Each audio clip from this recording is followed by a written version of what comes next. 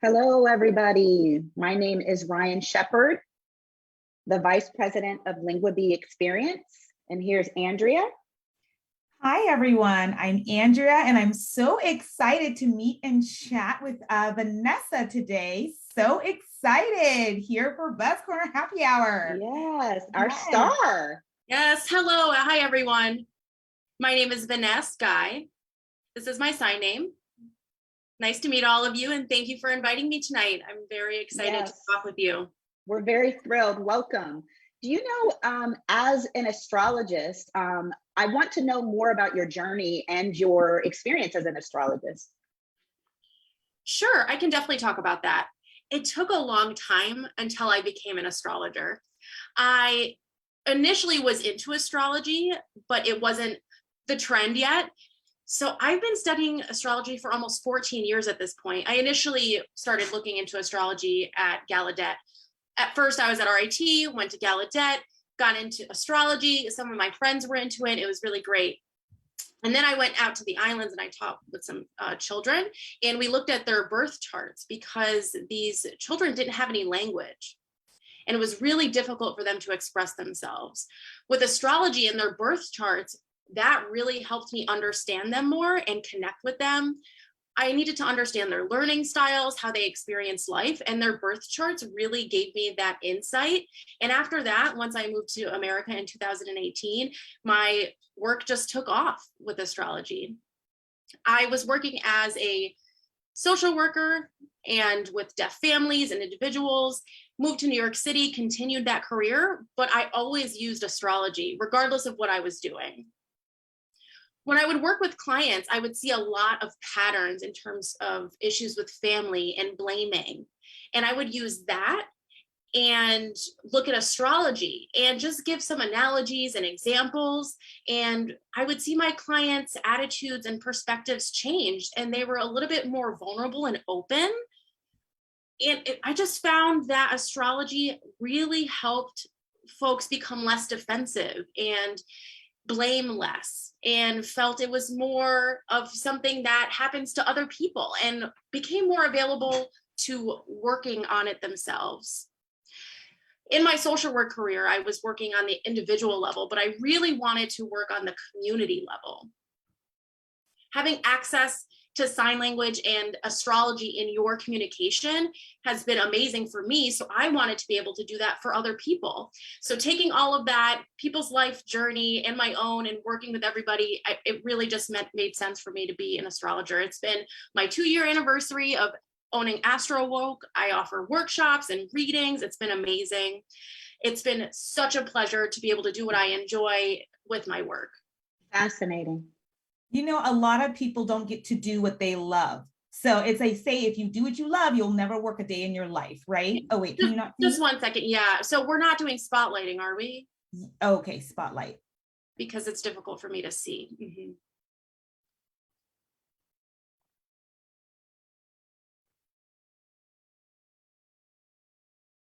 Yeah, I don't know, because I just see gallery view at this point. So can I continue? Can you see me?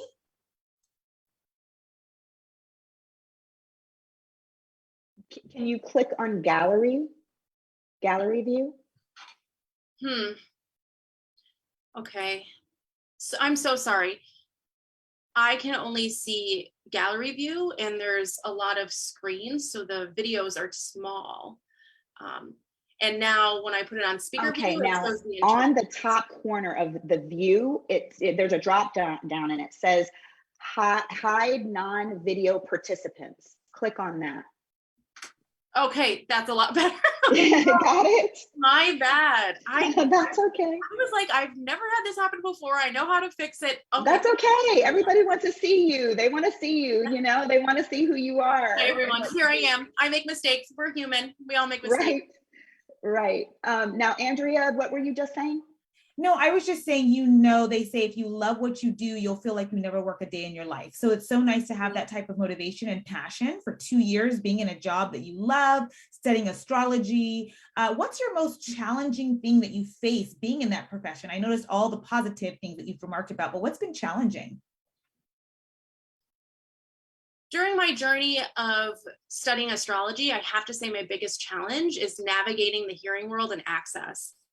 Hearing people have all of the resources, and deaf folks don't have the same things that hearing people do.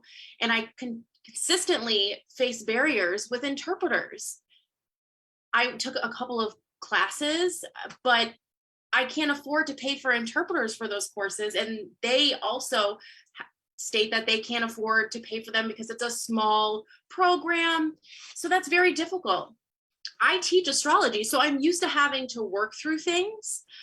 And that's helped me develop skills and strategies to speak with these professionals, these hearing astrologers who are teaching these classes. But it's also very difficult because I have to be assertive and explain why access is important, why they need to provide me with access, and have these classes be equitable.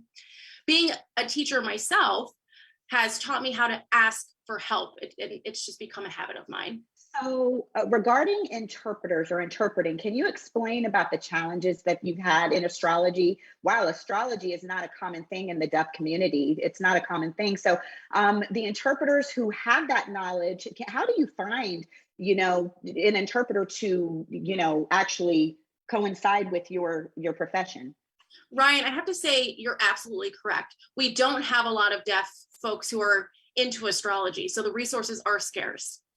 When I wanted to join any programs that provided information or resources on astrology, I would use Zoom. Also, with that, I would have to join with VRS. And that's what it was for me and how I was navigating through the technology that was available for me. I was using interpreters that I was just getting at the next call. I didn't have interpreters who were passionate about astrology and invested in the skills and the knowledge for that specific field.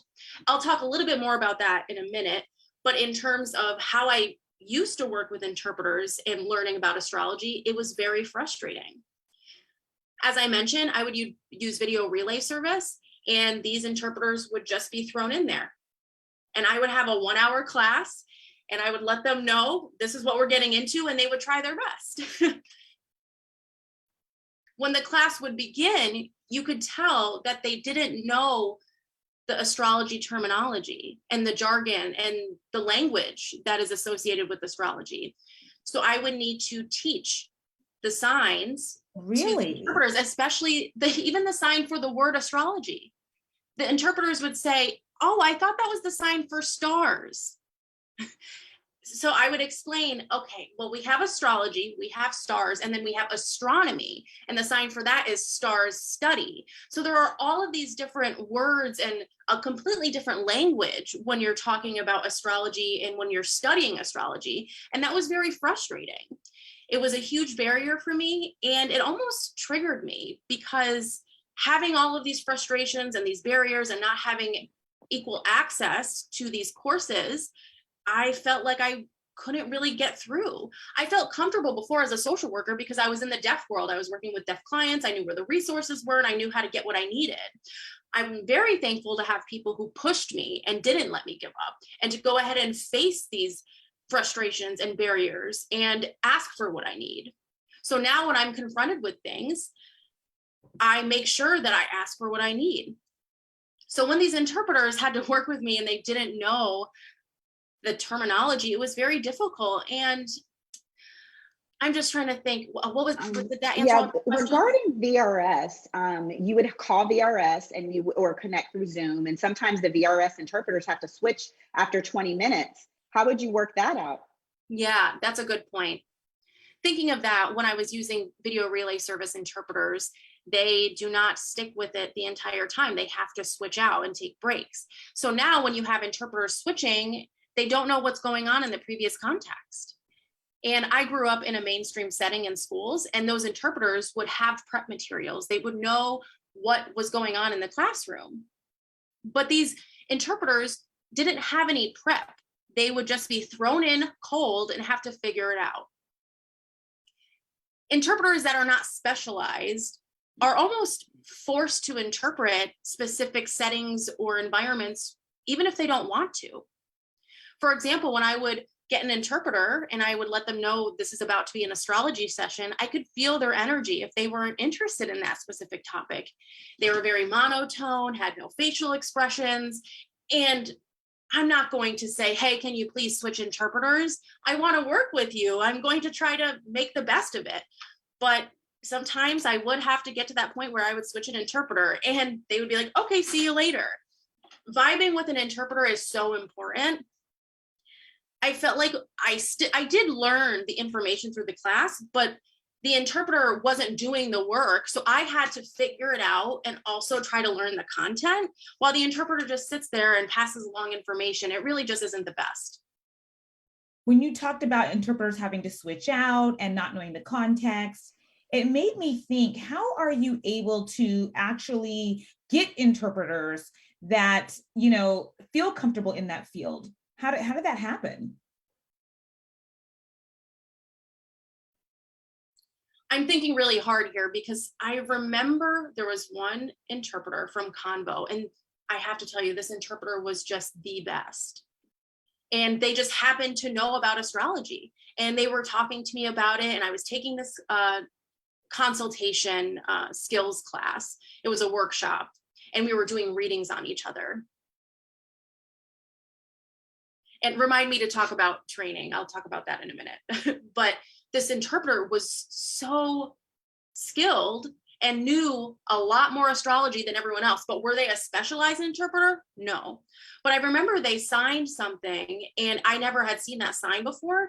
And I asked what it was and they gave it to me. And then I wrote it down and I was able to use that in my language. But that interpreter was able to explain to me what that sign was. And astrology is really beyond our imagination. It's beyond words, right? We're talking about the universe, the solar system, things that we've never seen, and we're explaining these abstract concepts. When you have interpreters that are not specialized in this field, it's very 2D almost when they're explaining it and English based. When you have an interpreter that doesn't know that specific field that they're interpreting in, you can see that they rely on English more than using ASL. But if you're confident in that content, you will see that they are really able to be more abstract and sign ASL more fluently. Right, and they can switch over. It's very clear that when someone doesn't know the content, they sign in English. I've noticed that as well. It all depends on their comfortability level. Yeah. I think it's the level of confidence, and deaf people can see it. We can see if you're confident or not. It's very clear. Right, very true. Yeah. Now, okay, now you were talking about training. Okay. Yes, let me talk about that. So I have to practice readings. So I have to make sure that I'm following ethics, boundaries with clients and an astrologer. You need to make sure that you're following a specific code and doing things appropriately. So before, I used to practice readings and do a reading on someone as a workshop, and I would have a VRS interpreter who would be interpreting for this reading. So for example, I would see that you have an Aries that's ruling your specific house. And an interpreter, if they don't understand the content, you would probably voice that differently. We know the signs for rules to be different than the actual English sign for rules. So now when I signed Aries rules your specific house, the interpreter would say, oh, your Aries handles this specific house. So they're using the incorrect English word for the sign that I'm using because they're literally just following the English instead of seeing and understanding what I'm talking about. So I saw on Zoom, the hearing astrologer I was working with start giggling. And I asked what was going on. And they used the chat and said, your interpreter, you said the word handles, but I understand that you actually probably said rules. So they could tell the interpreter was not qualified and was not voicing accurately for me. So it's been great to know that the astrology community is supportive of me and can understand that. But at the same time, that's embarrassing for me. And that impacts my confidence as an astrologer. So the interpreters really have an impact on that. Now, when we had that one interpreter that I was talking about that really worked well with me because they understood some of the content, that led me to try to develop an interpreter program that has interpreters who are interested in astrology themselves personally, and also interested in making astrology accessible for the deaf community. I joined Landmark, which is, I didn't have a guide to starting a program, but my partner and some others worked with me, and Landmark really helped me think of what type of people I wanted to work with. And it was ASL interpreters who were passionate about astrology. I started that. I met some interpreters who mentioned that they were interested in astrology, got to know them. I asked if they would be willing to work with me, and they took my classes. I wanted to see if they could enjoy the classes, if they were able to follow the content, if it was overwhelming or too much for them.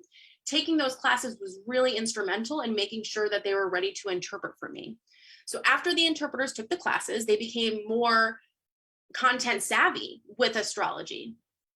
Now, I ended up taking courses in astrology. And when I had these interpreters that had already taken my astrology classes, I have to tell you, the experience was astronomical. It was amazing. I could actually be myself. My humor was coming through. My personality was in the room. These interpreters allowed for the courses to actually to have equal access. It wasn't just passing information along. I was able to connect more. I was able to ask more questions and really have in-depth conversation.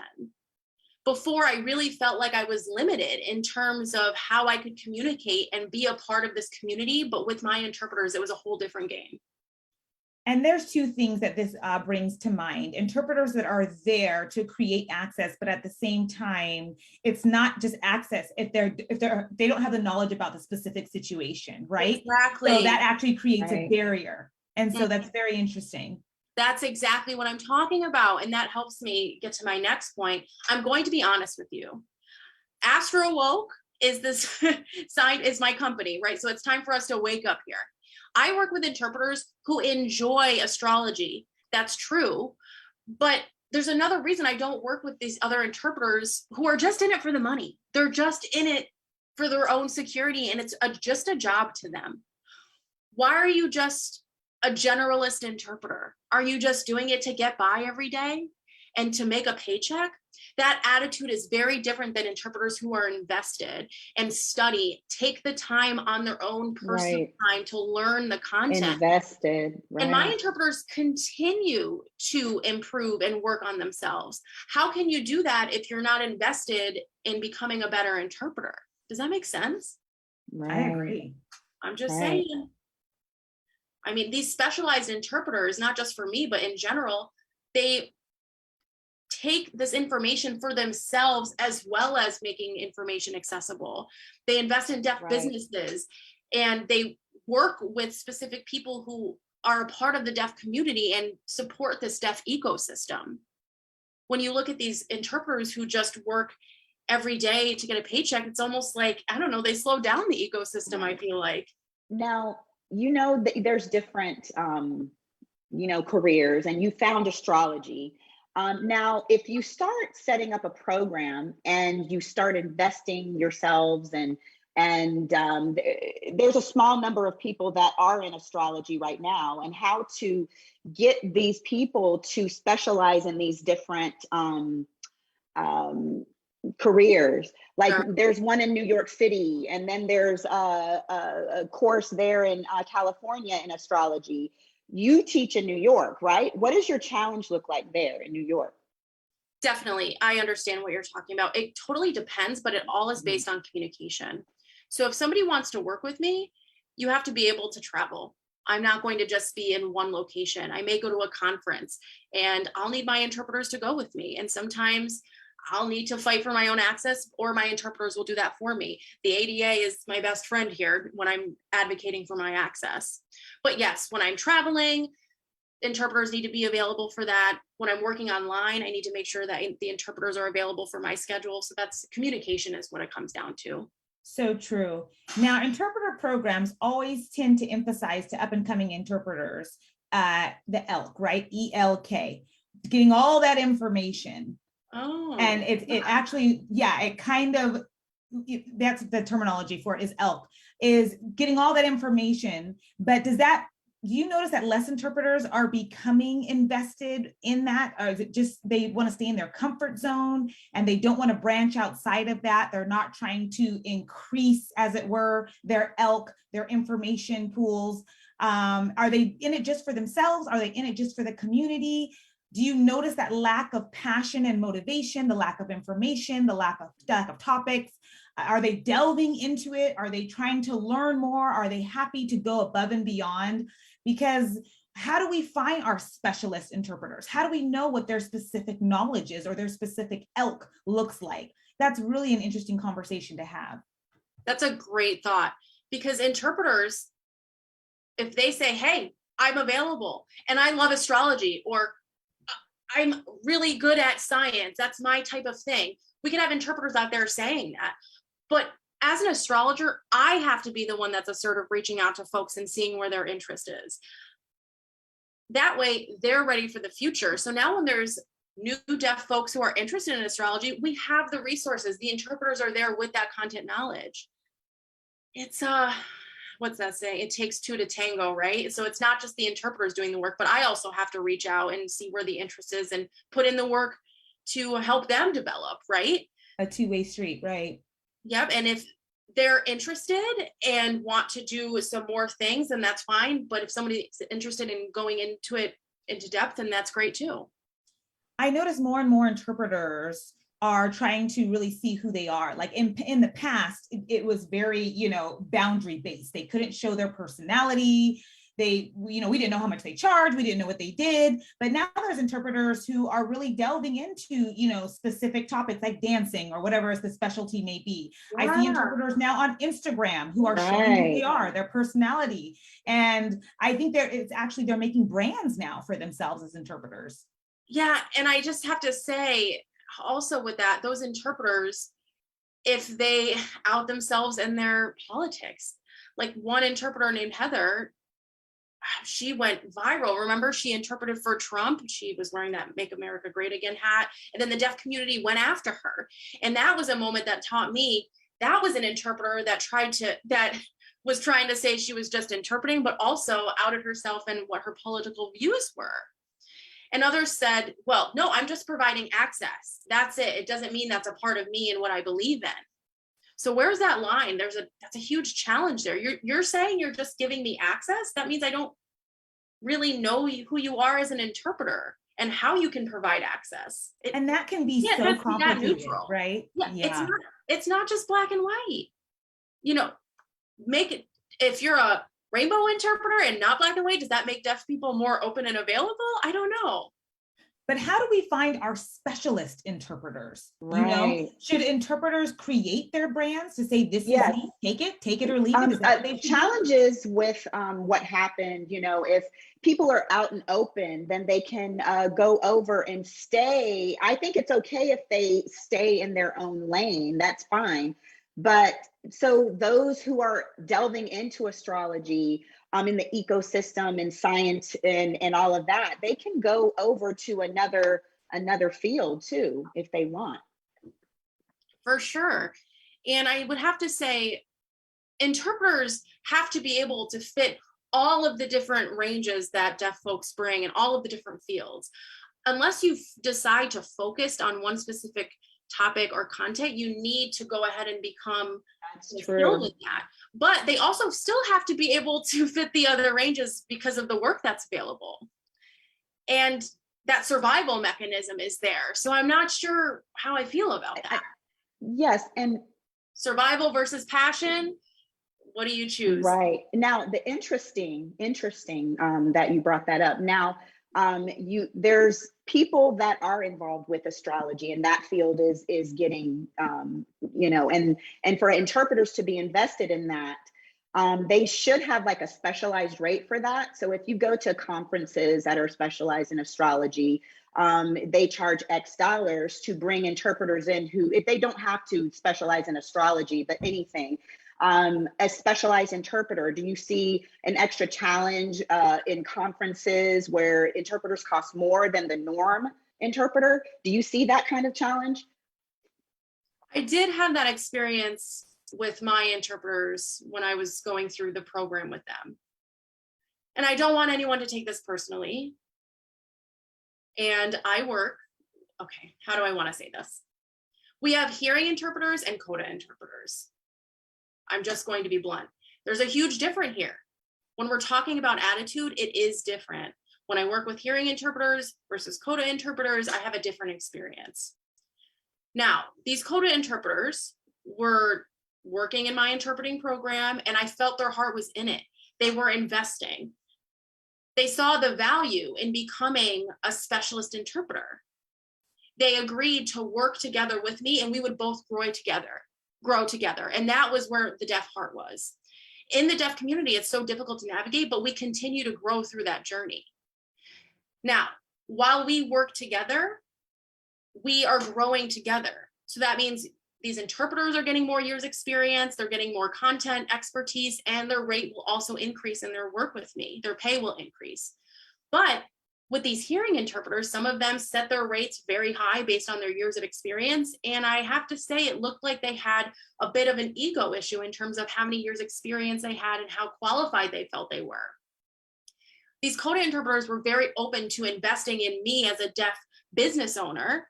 And of course, we know codas have their issues with boundaries, and maybe that's what that was. But there was a comfort level that I had being able to work with these codas because they understood that there was a struggle as a deaf business owner to get out there and to grow. With these hearing interpreters, I felt not seen. And I understood that I wasn't really able to pay them what I would like to. And I told them I would pay them more over time as my business grew. They would grow with me. They would benefit with me, but they didn't want to go for that. So it almost felt like they weren't investing in deaf people in the future. That ability to grow together. I hope that makes sense. Definitely. It definitely does. I'm totally agreeing with what you're saying, and you're making such valid points. Investing, we have to invest.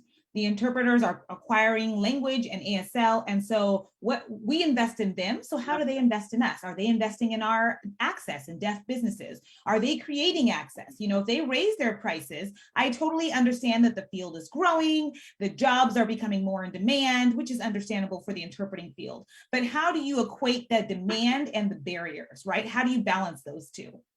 That can be very, very complex. Right. And I do think investment, there's a cost. Some people delve into the education and it's not cheap, for them. Some interpreters who delve in like medical school become medical interpreters. Medical school is not cheap. So you have that balance. Yes, but then we have interpreters interpreting for medical environments when they don't even go to medical school, and then they get a large amount of pay for that. They get an increase in pay when they don't have the specialization in that. That's what made me think, you're doing this for your survival. You're doing this to get a paycheck. I do appreciate interpreters being available last minute and for emergencies, and they are there for me and they still provide me with that work, but really putting in that time and effort is a completely different story. So when we're talking about, like Ryan just said, different specialties and investing in the careers of interpreters and them investing in the deaf community as well, how do we decide what the rate is based on? Like, I know sometimes you're looking at the value and you're like, you're charging too much. And how does that impact the opportunities for deaf people to get jobs? I mean, how are we deciding what the appropriate rate is per interpreter?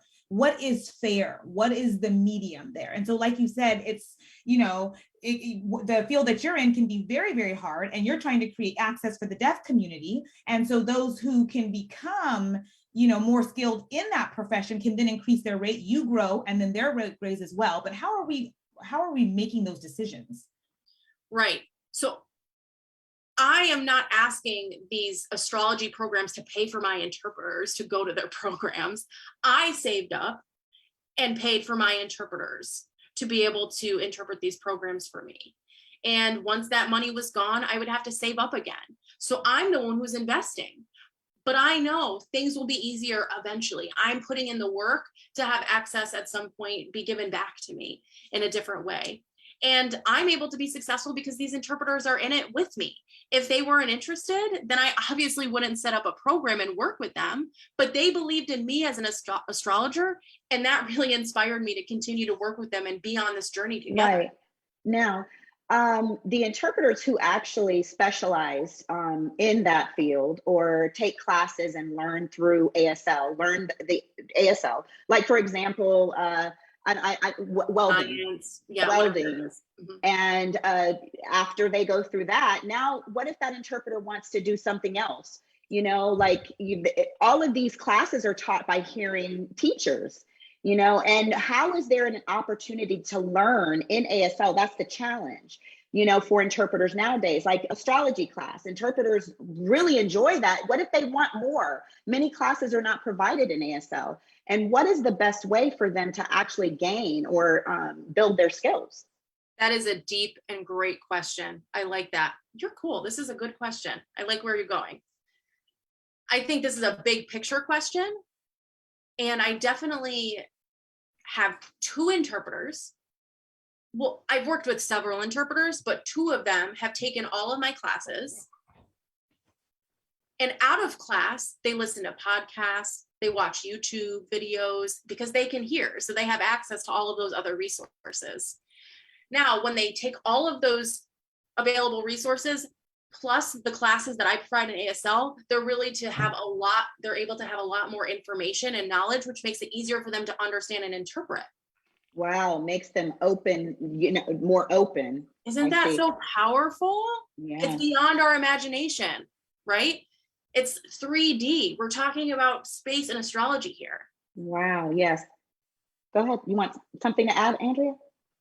No, I just was thinking I wanted to know more about what our audience is thinking about this discussion. What's the audience thinking about this topic some more? I mean, there's so many layers to this, but at the same time, the authenticity is so important. This dialogue is so critical. So I definitely want to hear from the audience at some point. Q&A, feel free to type your questions in the chat. If you want to, take your privacy screen off and sign your question, we're ready for those questions as well. I would love to hear the audience thoughts about this.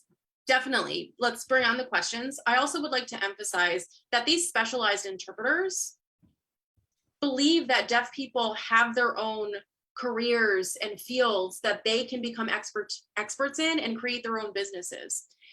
General interpreters who don't have expertise can provide those last minute assignments, emergency assignments, and they may feel like they're providing access to me as an astrologer, but that's not true. If you don't understand the language I'm using in the context of astrology, then you're not providing me with quality access. And we really need to be aware of that. We need to acknowledge that if you want to be a better interpreter, then you need to be able to acknowledge when it's your place and when you are not a qualified interpreter. Definitely. Right. I agree with that. Now, I want to see if the audience has any questions. I'm going to open it up to the audience to see if they can join us. If the people who have joined us have any questions. While we're waiting for an audience member to join, one person asked, Keith said, that method about the elk theory, in the deaf community in general, how can the deaf community be involved in workshops for CEUs to draw in interpreters to get into that field, so the deaf community can set up these workshops? What does that look like when you set up a workshop or something? Sure. When I provide workshops, I do provide CEUs for interpreters. CEUs are continuing education units for nationally certified interpreters through RID. And we have to think about that. It depends on what the workshop is and if it can qualify. Your content and your business need to go through a process and be approved for our RID CEUs. But when I provide specific courses, for example, a 5-week course, then interpreters are able to apply for CEUs and have that as a benefit for them. So it's killing two birds with one stone. You learn from me and also you get CEUs, so you do benefit from it as well. It's not a one-way street. Right, that's nice. How's the CEU process? What does that look like? Is it easy, or do you have a lot of paperwork? What's the experience with RID? What does that look like as far as CEUs go? RID has their own procedure that you need to go through in order to approve CEUs. You'll fill out a form, and if folks have already taken my course, they have to do that themselves, and then I sign a specific form. But RID has these different processes depending on what you're looking for, but the website has all of that information. Okay, so the form that you then sign, does it say astrology on it? Is it, are the interpreters filling in that blank theme line, or does it say astrology certified interpreter? So my business is on the forum Astro Woke, and I have to explain to RD what my vision is for the specific workshop. So they do have that information. It's not just something the interpreters come up with themselves. They can't just write it down and say, this is what I'm doing. It's definitely a justification process with my business. Yes. And then if I remember correctly, well, so RID, I think they have to get the form and then I sign it. Regardless, I may be making things confusing, but that's yes, if I remember correctly, it's a little vague, but I think the CEUs would have to, you have to register through RID, their process. They'll ask you, what does your workshop cover? What kind of topics? What does it look like?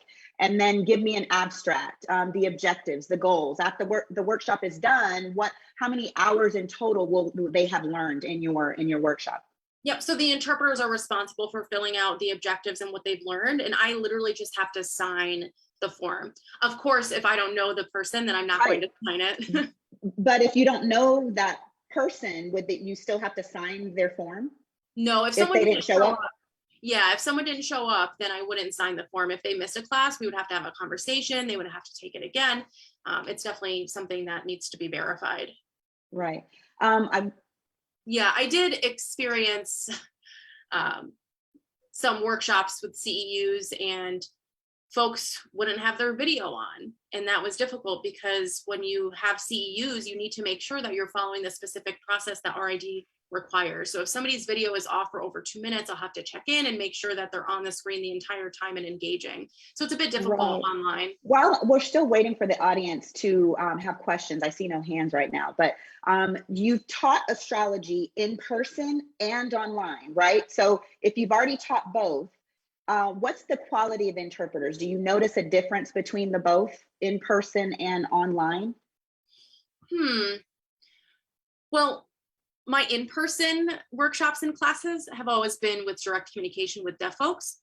I did use interpreters before, but it was always with Zoom. And we had only worked through Zoom and it always worked out well. But yeah, most of the time, all of my experiences with interpreters have been online and virtual. And a lot of my hearing clients are out of state, so everything is virtual. So we did have another question regarding CEUs. How do you know the quality of the CEUs, of the class that we're taking? That was one of the questions in the Q&A. Yeah, so it's completely the interpreter's decision. If they feel like it's worth it to them, then they need to come and make that decision. So does RID qualify the specific courses, or the interpreters or the person teaching the class qualifies that? How do the interpreters know what they're getting into?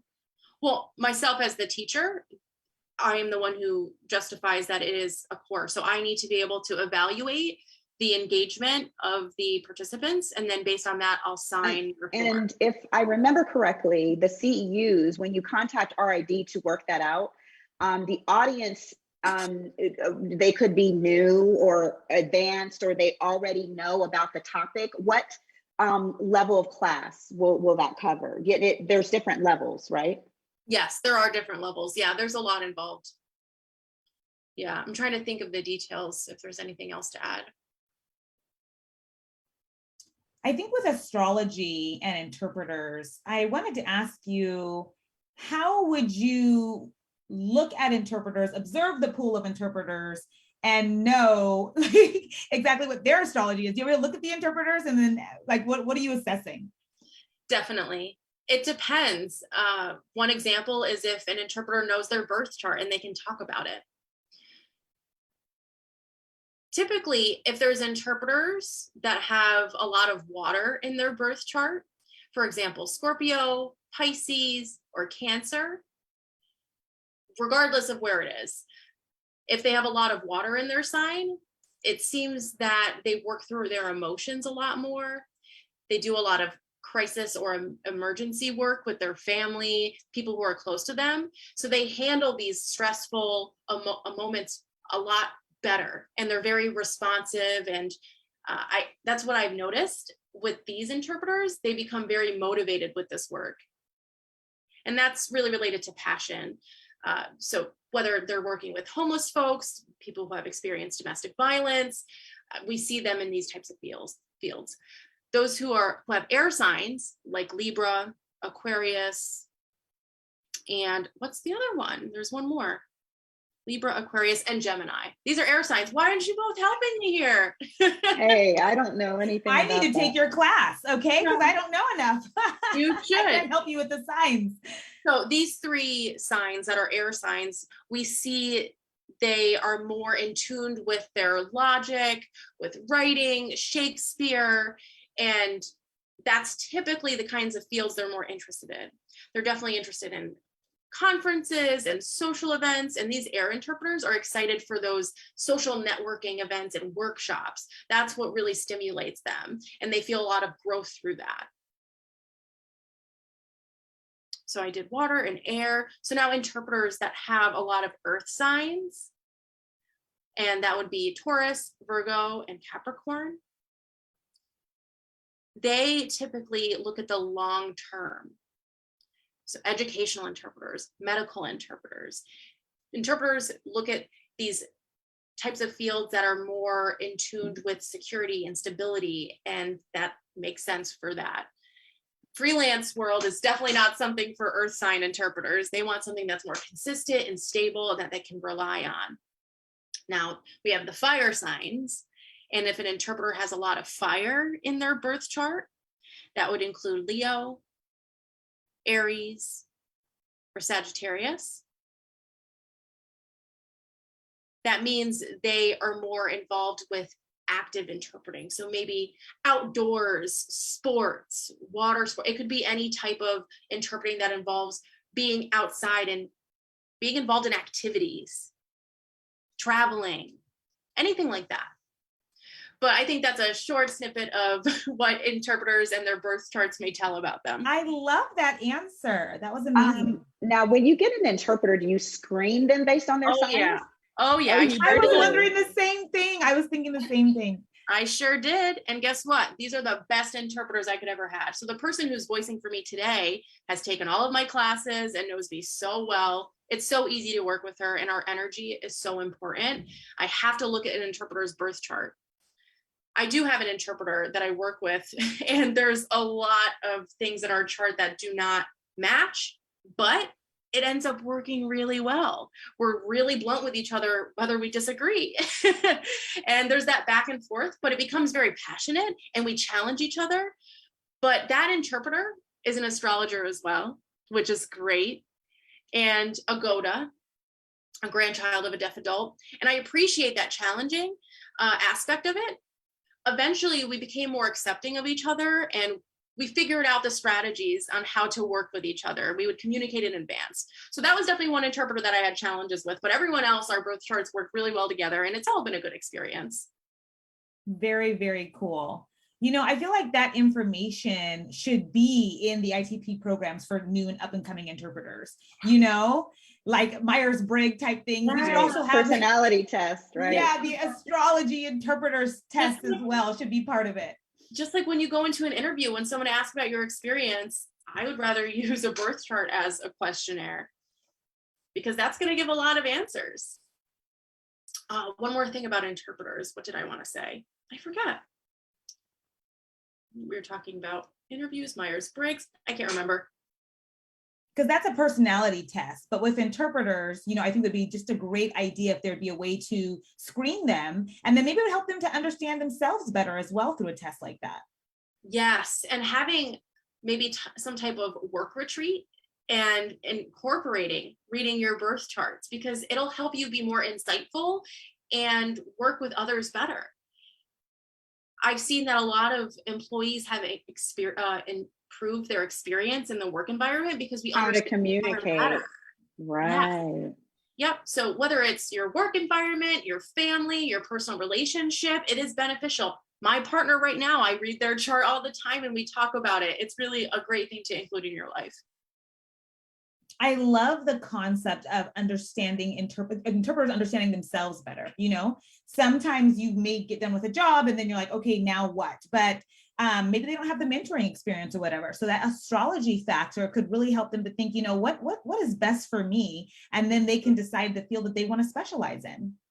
Yeah. And the reason for that is it makes interpreters burn out so much easier because there's no passion there. If you don't have the energy and the investment and you're excited about what you're doing, you're going to burn out.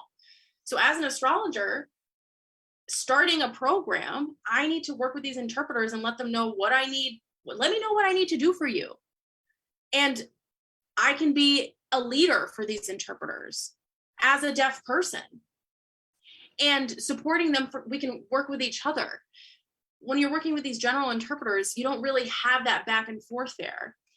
It can be difficult if you don't have that support system. And I think it makes it better for their passion. Yes. More enjoyable. We're all enjoying it. And then the interpreters don't burn out. Now, Ryan, I noticed there's 2 other questions in the chat. Did you want to ask those?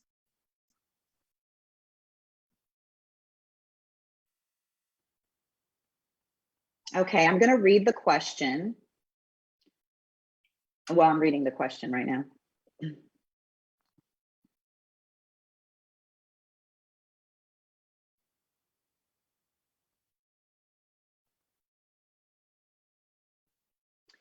Or would the person rather sign the question? We could ask the person who wrote it if they would like to sign it. Yes, Sarah, do you mind signing the question? I think that's a great question. Do you mind signing and expanding on that, please? Which question are we talking about? There's a good question that I would like Sarah to come and ask that question. Do you mind asking us that question, Sarah? Yeah, come on. Just go ahead and click the raise hand emoji and then we can spotlight you, Sarah, if you don't mind. Oh, hi there. Hi. Okay, let me change the view to gallery view. Okay, hi. Wow, thank you for everything that you've said. I've said yes. I have that connection with astrology. But anyway, my question, I work as a DI, and of course, my experiences and what I've taken in the deaf community, the elk theory, I've internalized that in my work and in my interpreting. Very often I see that hearing interpreters, they feel privileged. They train in the interpreting program, the vernacular, the all of that. And me I identify as deaf. I have a hearing son. I have all of these different things here in my world, and still they think they're better. And with the elk theory, I need to develop that more. But then the deaf people, where's the elk theory there? They need that. They need elk, to study that. And so I feel that by providing training and exposure with the elk method, you can invest that theory within the deaf community as well, so that they have that awareness, and then we can become more compatible with the interpreters instead of us learning from the interpreters, so to speak, and that's the thing, the deaf elk method. So from your experiences, I want to get your point of view on that and what I just said. Definitely. When we have hearing interpreters that take these classes and learn more, we need to make sure, we don't know if they're learning from deaf people or hearing people, but we can see an attitude change, whether they're learning through the deaf community or the hearing community. As a deaf business owner, if these interpreters are taking my classes instead of hearing-led classes and these hearing programs, that's an investment in the deaf community. You can see a different attitude there. These hearing interpreters that invest in the deaf ecosystem, we see that investment there. When you have these hearing interpreters come into these areas where we have interpreters that are invested, you can see the difference. It's so obvious. They don't have that internal need to work with you and be there for you. And it's not that they're trying to take the space, but it almost feels like they're trying to take care of things for us and they know us better. And that's definitely triggering in its own self. And I wanted to talk about Sarah's comment too about elk. We just don't have a lot of pro bono work for deaf interpreters. Everything is at a cost, right? So where is the opportunity for deaf to learn and to access that information? We need to work with the deaf to be able to help that information be there so that they can grow their elk as well. That's kind of sticky. We have to we're putting that responsibility on the hearing people. There's resources out there. There's field, there's psychologists, there's astrologists. They have all of these different things. We should be giving that to the deaf community first before we give to the hearing, and teaching workshops on them, investing, empowering the deaf community, and then the two will coincide. That will be set up for success. We always invest and then in the deaf community, and that's 30, 40, 50 years ago, and we should be this equivalent, the same as hearing interpreters.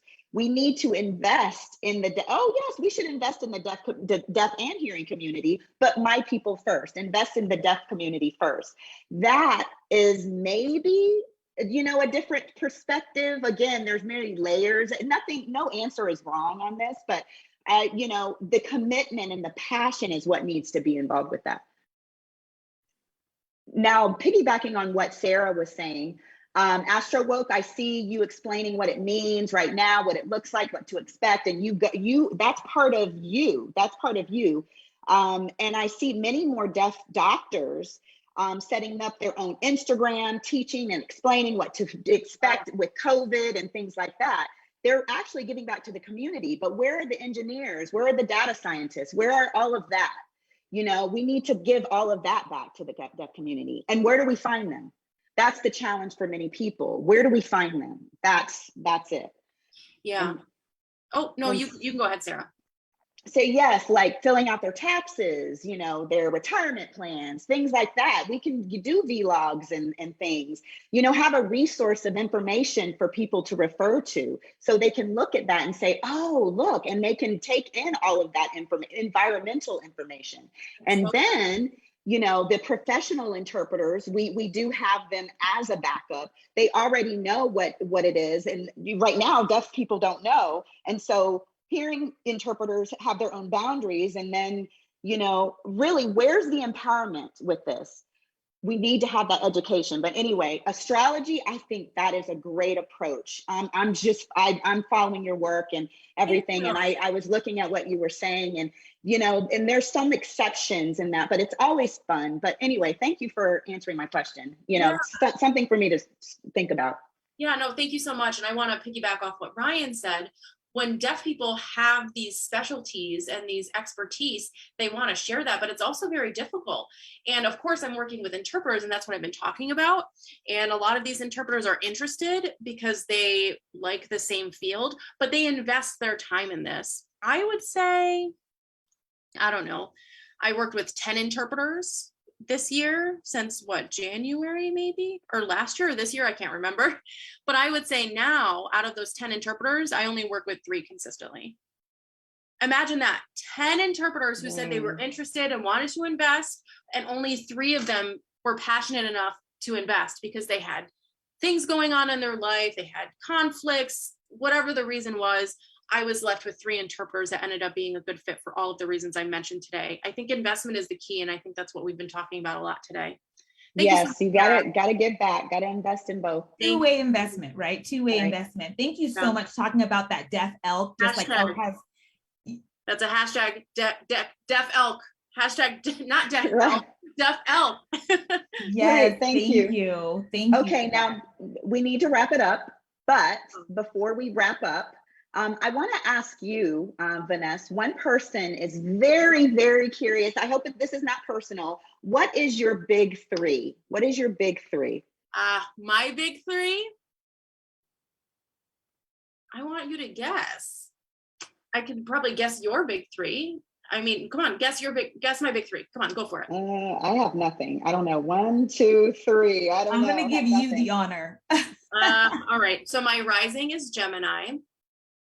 And your rising is based on your life story, the themes in your life.